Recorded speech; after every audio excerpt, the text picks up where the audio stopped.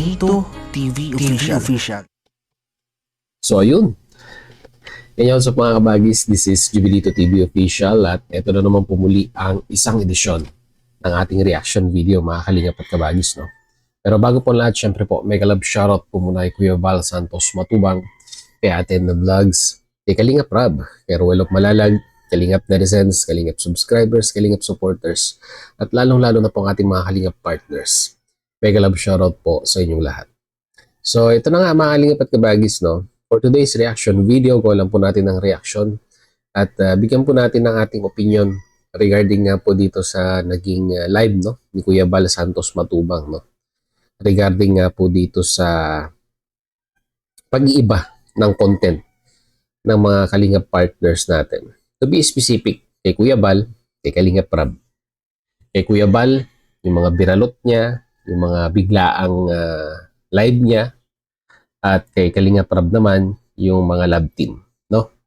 Kasi may mga nagsasabi na nawawala na daw po yung essence or yung content regarding sa pagtulong at puro nagpo-focus na lamang po sa love team, no? Pero ang hindi po naiintindihan ng iba ay ano po yung nagiging benepisyo or advantages ng pag-iiba ng content ng mga Kalingap partners natin. To be specific nga po, no, kay Kuya Val at kay Kalingap Rab. So pakinggan natin para ma-refresh. Actually, nasabi na ni Kuya Val noon ito. Pero sa mga bagong viewers at mga supporters, ito po, panoorin po natin yung pong kadahilanan kung bakit po ganito ang ginagawang estilo, no, nila Kuya Val Santos Matubang, Kalingap Rab at ng mga ibang Kalingap partners natin. Narito po yun.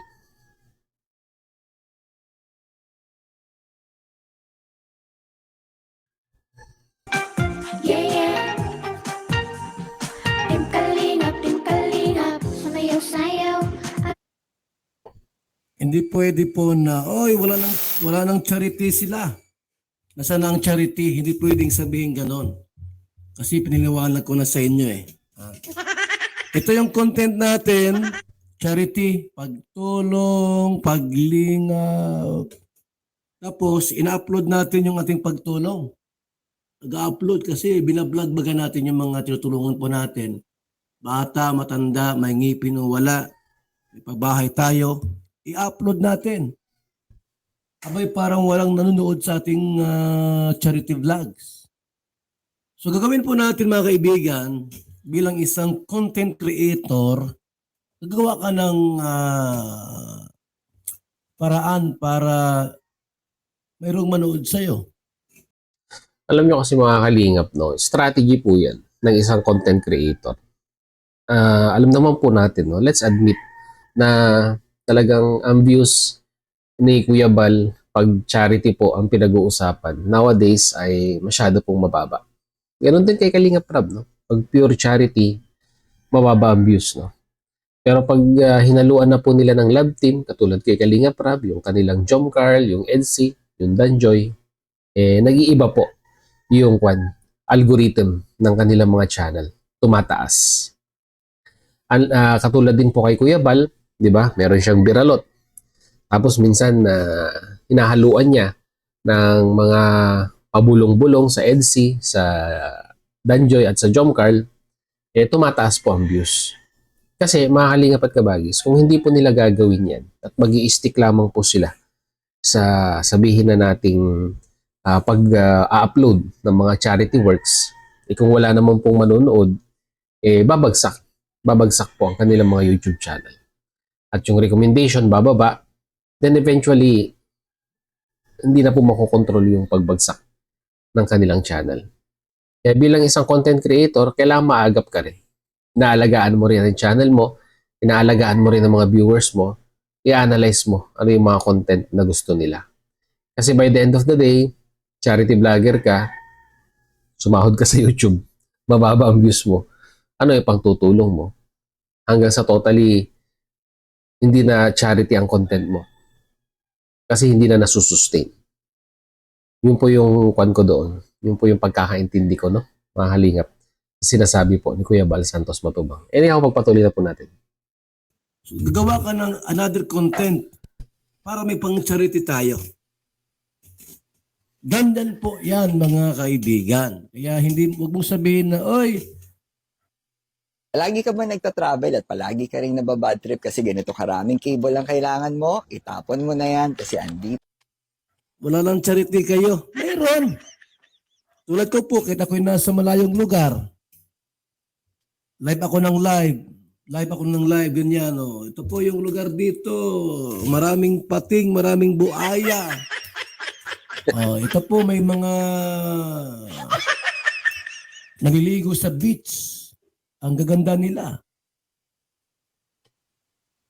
Kikita ako doon para yung mga pabahay ko po ay may pagawa po natin. Ganyan po yan mga kalingap. Kasi yung pabahay ko, 5 magkasunod-sunod. Magkapatong-patong. Mahina yung charity ko.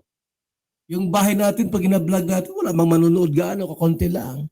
So bilang isang content creator, nagawa ako ng paraan. Paano panoodin? Pwede ako mag-TikTok, pwede ako mag-vlog sa mga artista. Ba-vlog ko sila. Ito po yung sikat na artistang ngunyan. O pwede ako mag-vlog ng politics, mag-content, mag-reactor. Para pag kumita ako doon, may pang-tustos ako sa aking pabahay. Naunawaan niyo po. Ganyan po dapat tayo mag-isip. Ang importante po mga kalingap, mayroon tayong charity content. Ito yung pabahay ko, malaki po, halagang 250,000. Ang kita ko po sa isang buwan ay 200,000 laang. Yung pabahay ko po ay 250,000. Ibig sabihin po, bago matapos yung pabahay ko ay 3 buwan.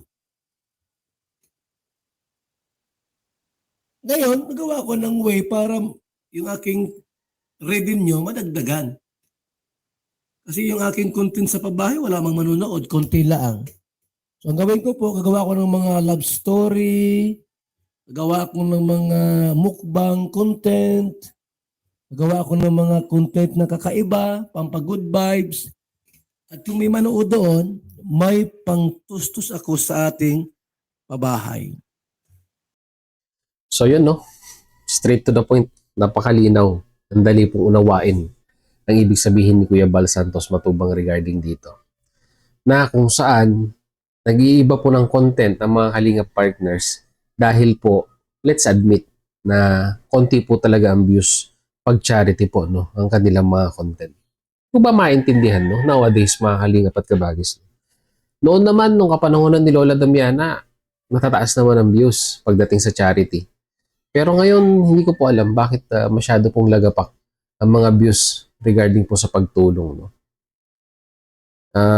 Kahit po i-analyze natin, ay kahit sa mga ibang charity vlogger, ganun din po.